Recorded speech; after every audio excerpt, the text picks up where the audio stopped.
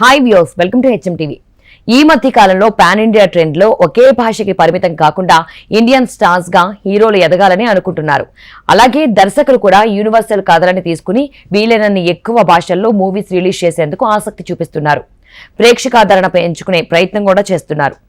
Audience కూడా అన్ని పాత్రలకి చెందిన సినిమాలు చూస్తున్నారు. వారి టేస్ట్ పూర్తిగా మారిపోయింది. కంటెంట్ లో దమ్ముంటే అందులో యాక్టర్స్ ఎవరనేది చూడకుండా సూపర్ హిట్ చేస్తున్నారు. అందుకే సినిమాల పోటీ ఎక్కువైంది.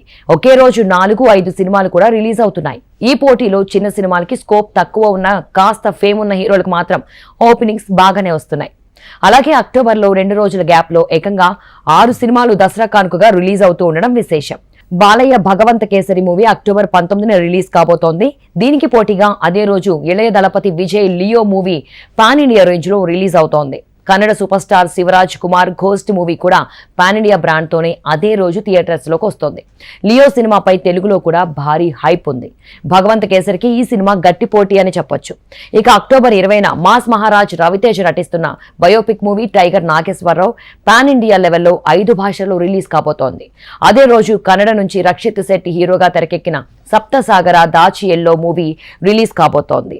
తెలుగులో కూడా ఈ మూవీ ప్రేక్షకులను అలరించడానికి సిద్ధమవుతోంది. ఫీల్ గుడ్ లవ్ స్టోరీగా ఈ సినిమా రాబోతోంది.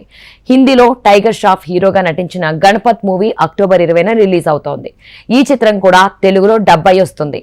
ఇలా 2 రోజుల గ్యాప్ లో ఏకంగా 6 సినిమాలు ప్రేక్షకులను అలరించడానికి సిద్ధమవుతూ ఉండగా అందులో 2 మాత్రమే స్ట్రైట్ తెలుగు సినిమాలు, మిగిలినవి డబ్బింగ్ మూవీస్ గా వస్తున్నాయి. వీటిలో లియోపై హెవీ ఎక్స్పెక్టేషన్స్ ఉన్నాయి.